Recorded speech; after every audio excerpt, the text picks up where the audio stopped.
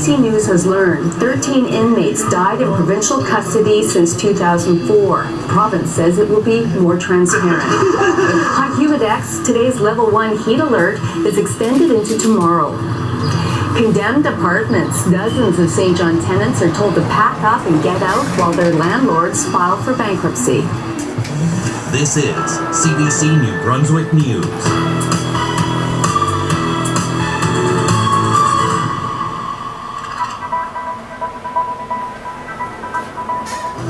Well, good evening and thank you for joining us. CBC News has learned that 13 people have died in provincial jails since 2004, and there was nothing that compelled the province to release that information. Not the who, the how, or the when.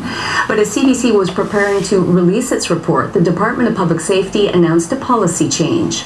Carl Smith has more on what we will know going forward and what we may never know about the past. The CBC investigation has revealed there have been 13 deaths going back to 2004 in provincial jails or while in custody, but the names of many of these individuals is not known.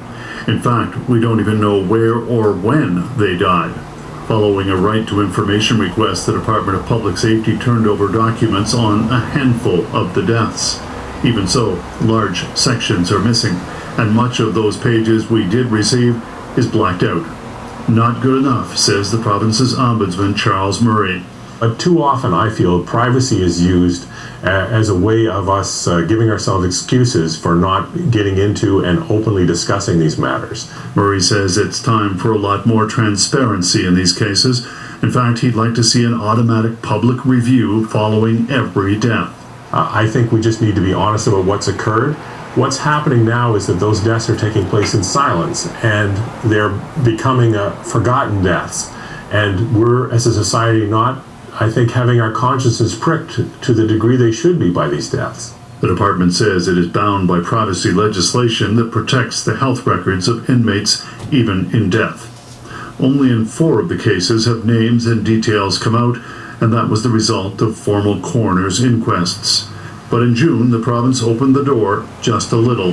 The Department of Public Safety changed its policy of not announcing deaths late last month, just after the CBC started asking questions. But the new rule is not retroactive.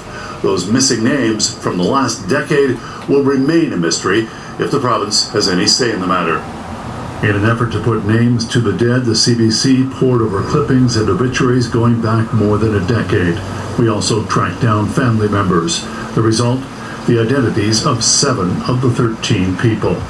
But many questions remain, and the province has no plans to reveal publicly how people die in custody. I'm not sure in terms of, whether or not the access to the public is going to improve anything.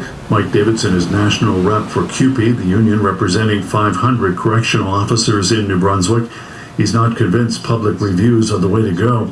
He says the focus should be on making it easier for people inside jails to get help from mental health professionals. Connell Smith, CBC News, St. John. For more on our CBC News investigation, just go to our website, cbc.ca/NB. There you will also find biographies of more than half of the 13 inmates who died in New Brunswick jails. And we'll have more on this story tomorrow.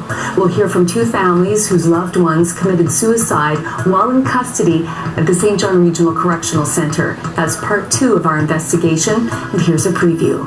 I have a right to know what happened to my son. I have a right to know what his last day was. Did he stay in his cell all that day and cry on the side of the bed? I don't know that. What color were the rooms? What color was the walls? He didn't have any bedding. I did find that out. He was sleeping on the floor. In other news tonight, the Cherrybrook Zoo